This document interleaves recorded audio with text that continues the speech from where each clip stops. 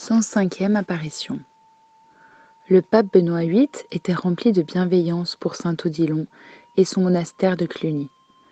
Il aimait surtout en lui sa dévotion pour les âmes du purgatoire.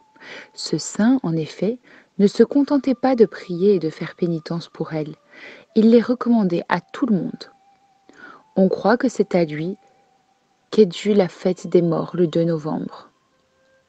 Benoît VIII accordait toutes sortes de précieuses faveurs à saint Odilon et payait ses dépenses quand il allait à Rome. Il en fut bien récompensé après sa mort. Quelques jours après qu'il ait eu été enseveli, il apparut à Jean, évêque de Porto, et lui dit qu'il était condamné à un terrible purgatoire, mais qu'il espérait être soulagé par Odilon si on lui faisait connaître ses tourments. Je vous supplie donc de lui apprendre ce que je viens de vous dire. À peine Odilon l'eut-il appris que non content de ses propres prières, il commanda à tous les religieux de son monastère de faire de grandes mortifications et beaucoup de prières pour le pape Benoît. Il fit faire la même chose dans les autres monastères, et tous se mirent à prier et à dire des messes.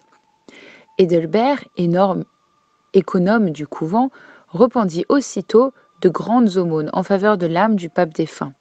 Après quelques jours, ce même Édelbert eut une vision. Il lui sembla qu'il voyait entrer dans le monastère un personnage de belle et vénérable apparence, couvert d'un brillant manteau, couronné des plus belles pierres précieuses et de diamants magnifiques. Il était accompagné de beaucoup d'hommes vêtus de blanc. Ce personnage se dirigea tout droit au siège de saint Odilon, comme pour lui rendre grâce à lui et à sa communauté. Édelbert était très étonné de ce spectacle, et désirant savoir quel était ce vénérable personnage, il entendit une voix lui dire « Celui-ci est le pape Benoît, délivré du purgatoire par les prières de votre monastère et par celles d'Odilon. Avant de monter au ciel, il a voulu venir vous témoigner sa reconnaissance et vous assurer qu'à son tour, il ne vous oubliera pas devant Dieu. » Puis, tout disparut. On ne peut donc pas douter qu'on sera très bien récompensé de tout ce qu'on aura fait pour le soulagement des âmes du purgatoire.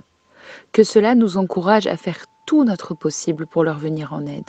Nous serons si heureux de l'avoir fait quand à notre tour, nous aurons besoin de soulagement. À demain pour la suite.